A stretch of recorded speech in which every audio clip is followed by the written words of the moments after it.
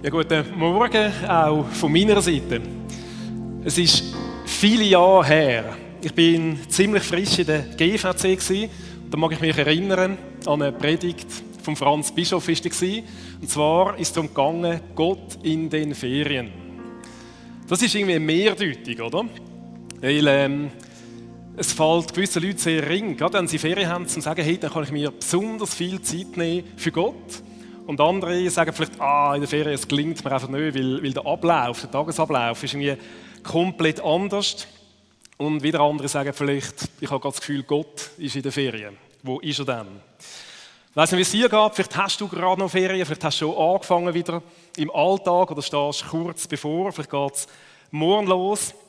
Und ob Alltag oder Ferien spielt gar keine Rolle. Heute geht es in dieser Predigt um mit Gott verbunden sein.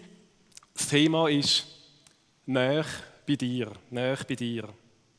Und zwar geht es ums Verbundensein mit Gott in deiner ganz aktuellen Lebenssituation, Lebensrealität, wo du drin stehst. Dort, wo du gerade bist im Moment. Dort, wo du vielleicht auch morgen wieder starten wirst.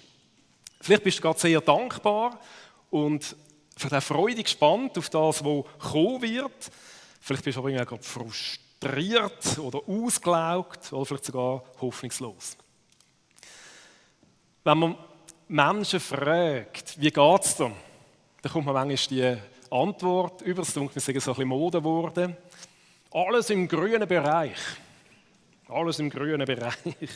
Und vielleicht sagst du, ja, mein Leben ist wirklich gerade im grünen Bereich. Oder vielleicht sagst du auch, da hat es ein paar orange Aspekte oder ich sehe eher noch rot im Moment. Oder vielleicht sogar dunkelrot. Vielleicht siehst du im Moment gar nicht mehr so durch. Vielleicht hast du Sorgen, vielleicht Angst. Vielleicht siehst du Gesundheitliches, das dich plagt oder andere Sachen, die gerade schwierig sind. Das Leben und die Lebensrealitäten, die können sehr unterschiedlich sein. Und darum, wie gesagt, geht es auch darum, um die Verbundenheit mit Gott.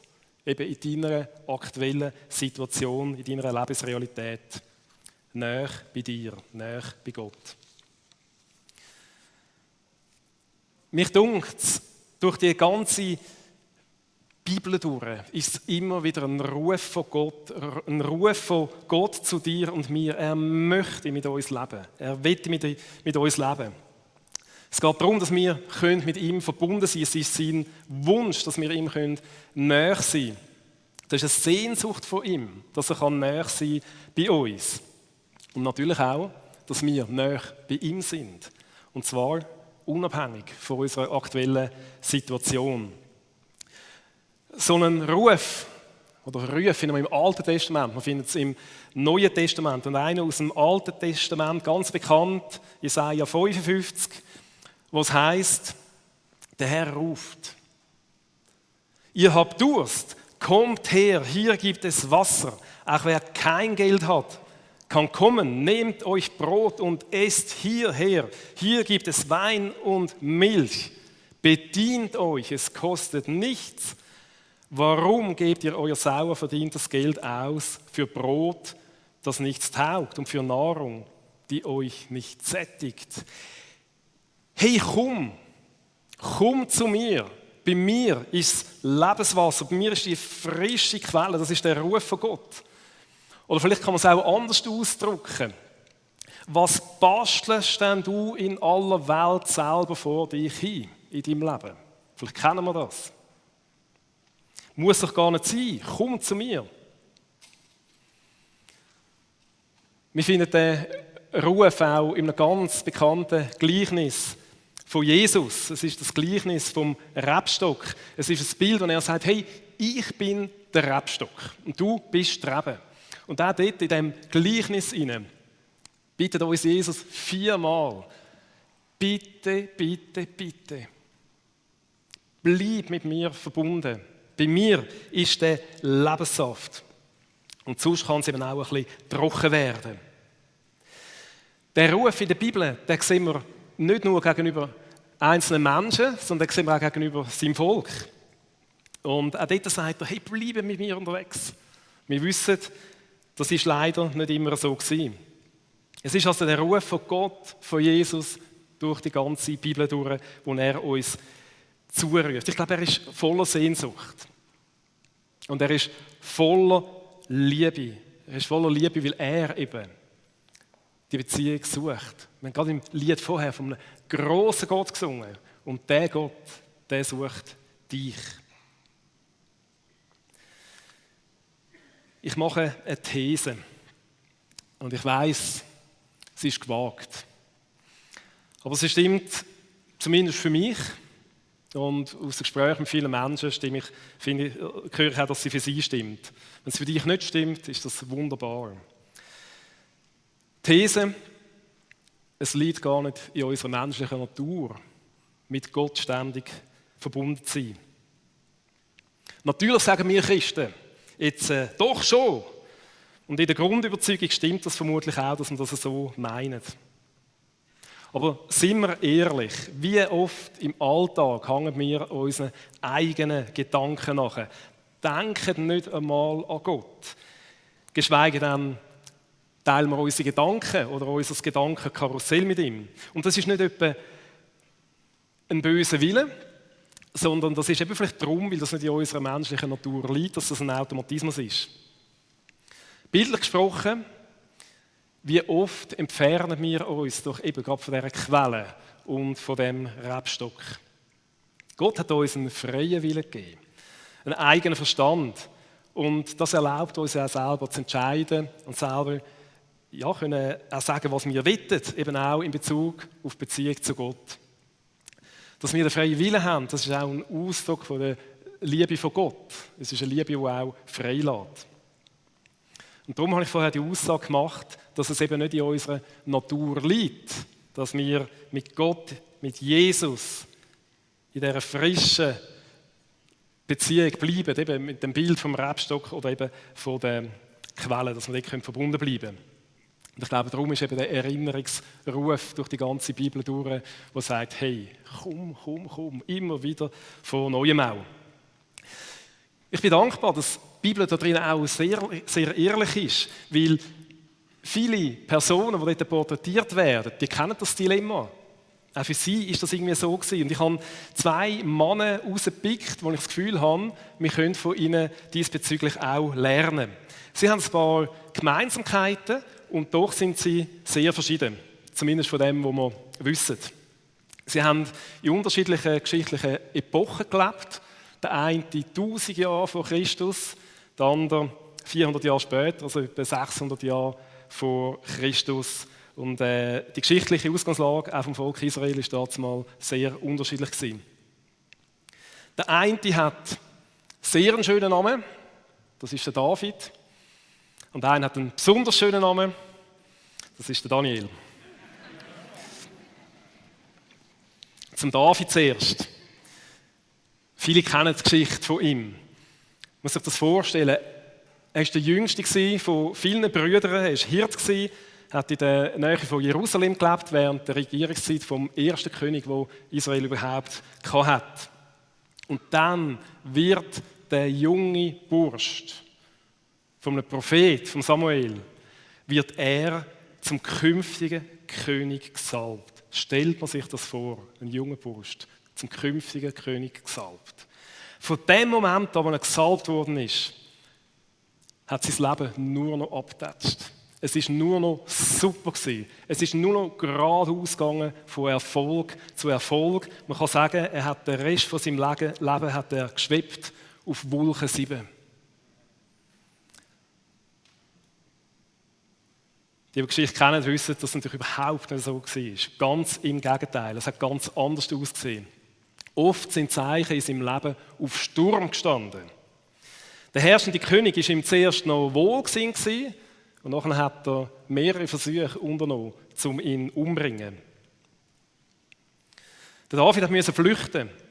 Angst war ein vertrauter Begleiter, den er erkannt hat. Und oft, das kann man so sagen, ist sein Leben an einem seidigen Faden gehangen. Und dann ist er aber tatsächlich König geworden und auch dann ist es nicht einfach rund gelaufen. Er musste schwierige Entscheidungen fällen. Er ist aus der eigenen Reihe verleugnet worden. Ein Sohn von ihm hat ihn umbringen. Oft war er überfordert, hoffnungslos. Und auf der anderen Seite hat er Sieg gehabt, hat auch sehr viel Freude in seinem Leben gehabt, hat Erfolg gehabt. Und wiederum war er ein Mann, der auch grosse Fehler gemacht hat. Was für Lebensgefühl hatte David wohl gehabt? Mich denkt, seine Achterbahn. Das wird auch gut beschrieben so in seinen Liedern, in seinen Psalmen, wo wir da davon lesen, von diesen verschiedenen Gefühlszuständen. Wir lesen drin, wie er gejubelt hat, voller Freude. Wir lesen, wie er Gott gepriesen hat und sich an ihm gefreut hat. Er war ein Worshipper. Wir lesen, wie er zu dieser erleichternden Einsicht gekommen ist, dass er ohne Gott nichts kann. Aber das war für ihn nicht bedrohlich, es war ganz positiv. Und dann lesen wir aber auch von seinen Ängsten, von seinen Bedenken, von seiner Überforderung, schlimmer noch sogar von Panik und von absoluter Perspektivenlosigkeit und Verzweiflung. Ein paar Müsterli, wie er das ausgedrückt hat. Im Psalm 31 zum Beispiel schreibt er: Du wirst mich führen und leiten, wie du es versprochen hast. Im Vers 15: Ich aber, Herr, vertraue dir. Du bist mein Gott, daran halte ich fest. Wir sehen in diesen Versen, da ist Zuversicht, da ist Dankbarkeit und da ist Optimismus. Ganz anders tönt es beispielsweise im Psalm 40. Das ist ein bisschen ein komischer Vers, aber ich habe den noch gern. Ich war in eine verzweifelte Lage geraten, wie jemand, der bis zum Hals in einer Grube voller Schlamm und Kot steckt. Übersetzt das mal ins heutige Deutsch. Er ist gröber in der Scheisse gesteckt. Er hat nicht mehr weiter gewusst. Angst, Ausweglosigkeit. Wir haben Ferien gehabt und seit einer Woche arbeite ich wieder. Und seither habe ich mit vielen Leuten reden. Und ich muss sagen, ich habe so viel Gefreutes gehört. Aber wirklich auch Schwieriges. Angefangen mit einem schrecklichen Unfall. Dann ein Mann, der erzählt hat, dass er in seinem Betrieb degradiert worden ist. Und ich muss sagen, ganz einen guten Umgang damit. Wieder ein anderer Mal, auch letzte Woche, wir haben telefoniert miteinander, hat man gesagt, seine Vorgesetzten hat einen Kaderjob, hat ihm gerade mitteilt, er komme in diesem Monat noch Kündigung über. Sein Befinden hat er so beschrieben, er hat gesagt, er fühlt sich wie ein Bergsteiger im freien Fall, aber ohne Seil und er wartet nur noch auf den Aufprall. Ich glaube nicht, dass er aufprallen wird, aber sein Empfinden ist im Moment. Ich glaube, die Hände von Gott werden ihn tragen. Also Situationen, wie sie eben der David auch kennt. Der David war kein fehlerloser Mann, im Gegenteil. Aber was macht ihn aus? Er hat viel durchmachen. Und trotzdem wird er ein Mann nach dem Herzen von Gott bezeichnet. Warum das so ist, das ist eigentlich das, was ich denke, können auch wir von ihm lernen. Mich dunkt, dass er in diesen verschiedensten Situationen, wo er drin gesteckt ist, Gott immer wieder gesucht hat. Im Sieg, in der Freude, im Jubel. Auch im Versagen hat er Gott gesucht. In der Überforderung, eben in der Angst und der Panik. Mir kommt er manchmal so vor, wie ein kleiner Bub, der einfach mit allem zum Papi rennt. Sagt, hey, schau mal, oder oh, Hilfe, oder oh, ich weiss nicht mehr wie weiter. Einfach so ganz natürlich, mit seiner aktuellen Lebenssituation teilt er das mit Gott. Das sind dann keine fromm formulierte Gebete, sondern einfach frisch von der Leber, so wie es eben gerade ist. Und das dürfen auch wir. Genau das dürfen auch wir. Unser Leben mit Gott teilen, mit ihm darüber reden. Über unsere Freude mit ihm reden, über unsere Herausforderungen mit ihm reden. Ungeschminkt, einfach gerade so, wie es ist. Ganz praktisch in unserem Alltag. Was beschäftigt dich gerade im Moment? Teile es mit Gott, auch Alltägliches. Vielleicht hast du von deinem Chef gerade neue Zielvorgaben bekommen für das zweite halbe Jahr und denkst, oh, Hilfe, unmöglich, ist nicht realistisch. Oder vielleicht steckst du in einem Projekt, das du nicht mehr weiter siehst, nicht mehr durchsiehst. Vielleicht bist du mit deinen Kräften am Ende, in der Familie oder im Job, wo auch immer. Vielleicht hast du auch zum Jubeln Und auch das darfst du mit Gott zusammen machen, mit ihm jubeln, Fest feiern. Das hat auch Jesus so gemacht. Gott freut sich, wenn wir unsere Sache zu seiner Sache machen. Jeder Lebensbereich.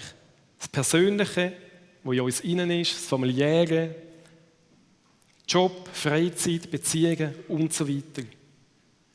Und das ist das, was ich denke, können wir von David lernen, dass in jeder Situation näher eben bei ihm zu sein. Jetzt machen wir den Tapetenwechsel 400 Jahre später zum Daniel. Und sein Leben scheint vielleicht auf den ersten Blick ein bisschen stabiler zu sein. Aber von den Umständen her ist es wohl kaum so gewesen. Auch Daniel, ein junger Mann, ein aufstrebender Mann, er hat zur privilegierten Schicht von Jerusalem gehört. Und ich kann mir vorstellen, dass er eigentlich mit seinem Leben ganz zufrieden war, so wie es eben gerade war. Aber dann hat sich sein Leben und das Leben eigentlich von allen Juden, oder von sehr vielen Juden, hat sich in einer ganz kurzen Zeit komplett verändert. Und zwar mit dem Einmarsch der Babylonier ist es vorbei gewesen mit dem schönen Leben. So Situationen gibt es leider auch gerade ganz aktuell in der heutigen Zeit, im letzten Jahrzehnt, wo eben plötzlich andere Mächte irgendwo einmarschiert sind. Auch dazumal, die Babylonier, sie haben Tod und Verwüstung gebracht. Und sie haben viele Juden und so auch ihn, den Daniel, verschleppt. Und das war eine Katastrophe. Also er war plötzlich kein freier Mann mehr, sondern ein Verschleppter und ist in eine Umgebung gekommen, wo er sich nicht ausgesucht hat. Er ist ausgebildet worden dort und ist in den Dienst vom Staat gekommen, also ausgerechnet von dem Machtapparat, wo die Juden und ihn selber unterworfen hat. Und das natürlich unfreiwillig. Man kann es so sagen. Er ist eigentlich an einen Ort gekommen, wo er sich nicht ausgesucht hat und in eine Situation, die er auch nicht gewählt hat. Er hat dort nicht mehr gross die Möglichkeit gehabt, in Optionen zu denken. Durch weitere Kriege und politische Umwälzungen ist er dann später wieder zu einem anderen Herrscher gekommen und hat einem anderen Herrscher gedient. Noch weiter von seiner Heimat entfernt. Auch das hat er sich nicht ausgewählt. Das Leben hat sich also ganz anders entwickelt, als er sich das gewünscht hat. Weil er hat stets Sehnsucht gehabt nach Jerusalem. Er hat aber weit weg gelebt davon. Und mich fasziniert es, wie er die Situation, die Unfreiwillige, auch immer wieder angenommen hat. Vielleicht bezeichnest du deine Situation auch gerade so, dass sie nicht so ist, wie du dir das wünschst. Vielleicht du auch an einem Ort stehst und sagst, will ich eigentlich gar nicht. Aber irgendwie merkst du auch, du kannst dich kaum verändern. Es ist irgendwie gegeben, zumindest für den Moment. Mich fasziniert Daniel ganz fest, dort, wo er ist, wo er steht, versucht er, das Beste daraus zu machen. Wie macht er das? Wie schafft er denn das überhaupt? Wir lesen im Buch Daniel, dass er sich 3 Mal am Tag Zeit genommen hat fürs Gebet. 3 Mal am Tag.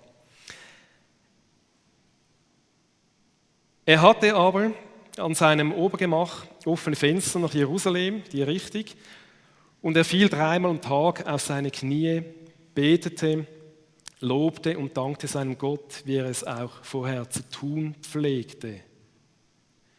Wir merken, die Zeit für, beziehungsweise mit Gott, die war eine feste Gewohnheit, die er hatte in seinem Leben. Beten, loben, danken.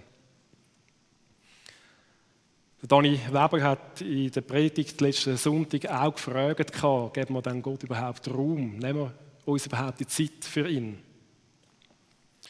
Für den biblischen Daniel ist das Beten sogar kurzfristig ihm zum Verhängnis geworden. Dann aber auch wieder zum Sagen.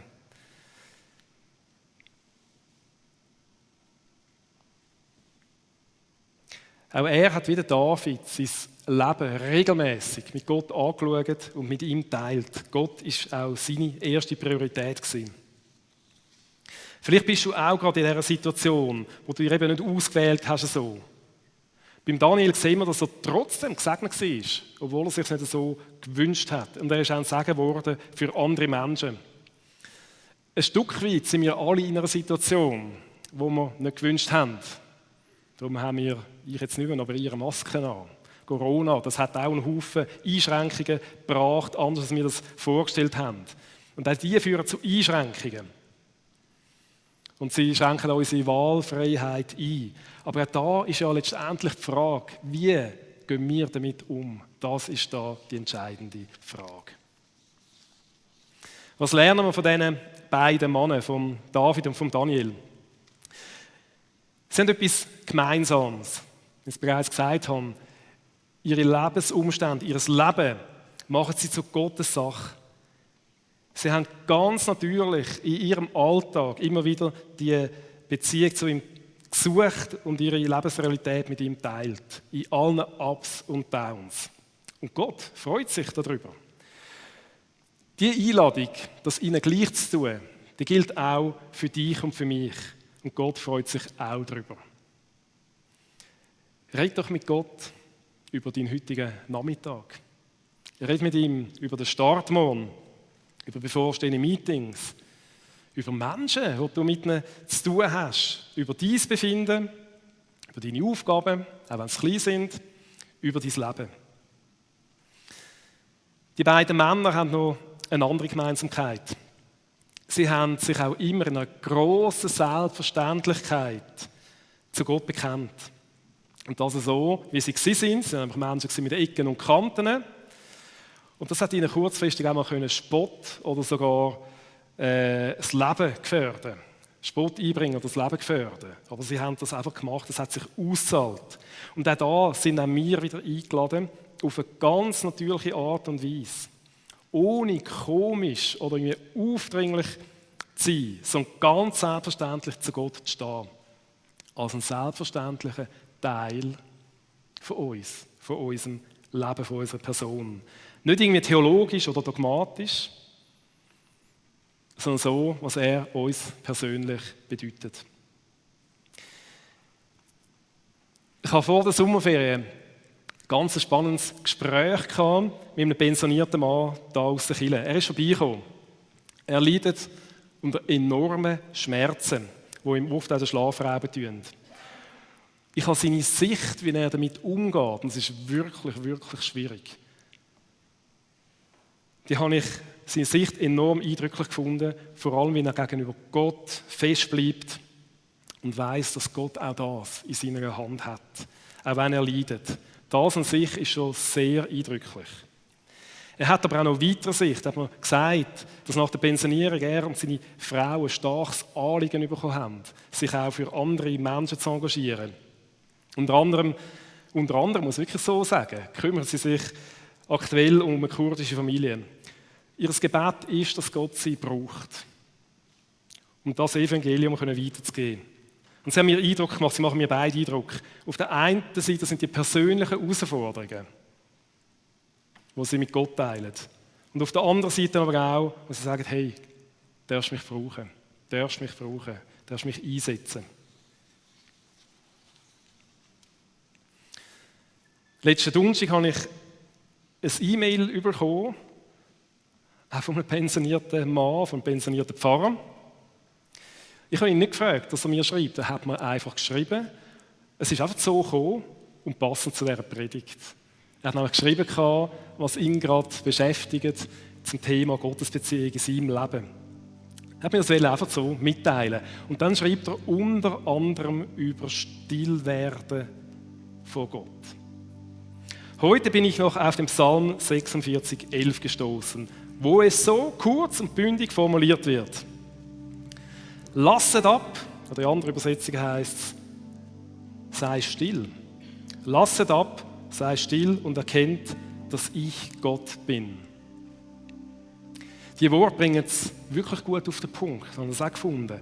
Lasset ab heisst vielleicht, hey, lass doch mal all deine Beschäftigungen und deine To-Dos, deine Aufgaben, deine Gedanken, ja sogar dein Gedankenkarussell, lass doch das einmal auf der Seite. Dein Stress, lass den auf deiner Seite, deine Freude, dein Jubel, lass es mal alles auf der Seite und komm zu mir. Teil dein Leben mit mir. Denn ich bin Gott, heisst es. Also lasset ab. Und geniesst doch das auch. einmal loslassen. Sag ja, ich darf mal loslassen, auch wenn vielleicht etwas noch so schwer ist, auch wenn es noch so cool ist. Ich darf es loslassen. Und ich darf in die Ruhe kommen vor Gott. Eben an die Quelle oder an den Rebstock, dort, wo der Lebenssaft herkommt. Genau, ich bei dir. Es ist ein gewaltiges Angebot von unserem Gott. Ein Angebot von Jesus. Aber wie ich in dieser These erwähnt habe, ist es gar nicht immer so einfach, das anzunehmen. Aber üben wir uns doch da drin können zu wachsen, näher zu sein bei ihm. Amen. Und beten. Vater, du bist gewaltig groß. Du bist der Schöpfer vom Universum. Und wir danken dir, dass du trotzdem die Nähe so suchst nach uns. Was ist das für ein Geschenk? Ja, du bist das Leben, du bist die Lebensquelle. Und wir wünschen uns, dass wir da drin wachsen können, die Beziehung zu dir zu suchen. Wir wünschen uns, dass unser Leben immer mehr aus dieser Verbindung zu dir geprägt ist und dass wir da drin wachsen können. Und hilft uns auch, dass das auch gelingen darf. Ich bete jetzt besonders für die sich das eigentlich schon lange wünschen, wo wir sagen, hey, ich nehme es gar nicht wahr. Jesus, wir bitten, dass du ihnen tiefe Erfahrung gibst von deiner liebenden Nähe. Amen.